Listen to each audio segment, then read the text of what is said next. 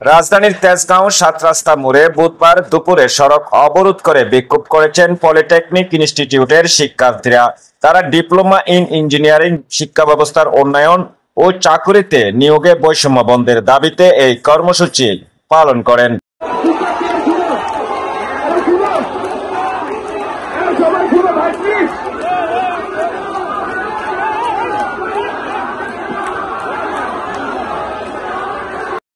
শিক্ষার্থীরা সকাল থেকে বিভিন্ন শিক্ষা প্রতিষ্ঠান থেকে জড়ো হয়ে ৭ রাস্তা মোড় অবরোধ করেন। এতে মগবাজার, মহাখালী, কাউরান বাজার, ফার্মগেট ও আশেপাশের এলাকায় তীব্র যানজটের সৃষ্টি হয়।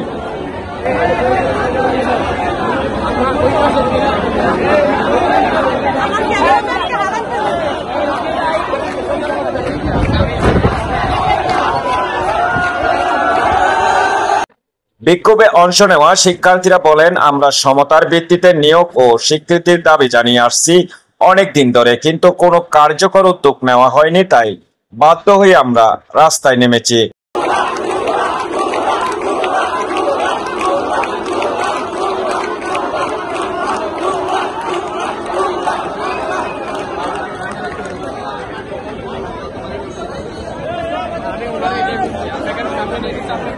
এদিকে পুলিশ ঘটনাস্থলে উপস্থিত হয়ে শিক্ষার্থীদের সঙ্গে কথা বলে পরিস্থিতি শান্ত করার চেষ্টা চালাচ্ছে। তবে বেলা বাড়ার সঙ্গে সঙ্গে বিক্ষোভ আরো তীব্র আকার ধারণ করে। পরে প্রশাসনের পক্ষ থেকে শিক্ষার্থীদের দাবি নিয়ে আলোচনা করার আশ্বাস দেওয়া হলে তারা ধীরে ধীরে রাস্তা ছেড়ে যেতে শুরু করেন।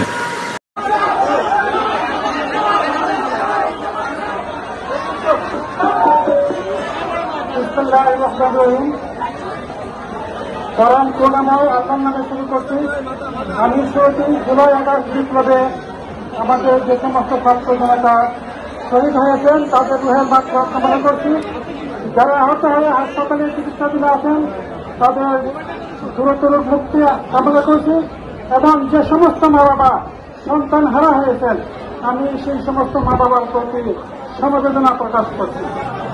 আমি একজন বাবা, আমার সন্তান তোমাদের প্রতি নির্ণয় করে আমার সন্তান কিন্তু সেই দিন করতে পারত। আমরা অনেক রক্তের বিনিময়ে আমরা একটা সুন্দর বাংলাদেশ পেয়েছি, নতুন বাংলাদেশ পেয়েছি। আমরা সেই নতুন বাংলাদেশটাকে বৈষম্যহীন বাংলাদেশ হিসাবে দেখতে চাই।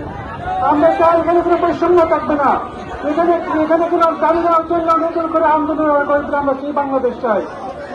ঠিক আছে, তোমরা সবাই আমাকে যেহেতু তোমাদের লাইনে পড়ে, সুতরাং আমি মনে করি তোমরা সবাই আমার সন্তান।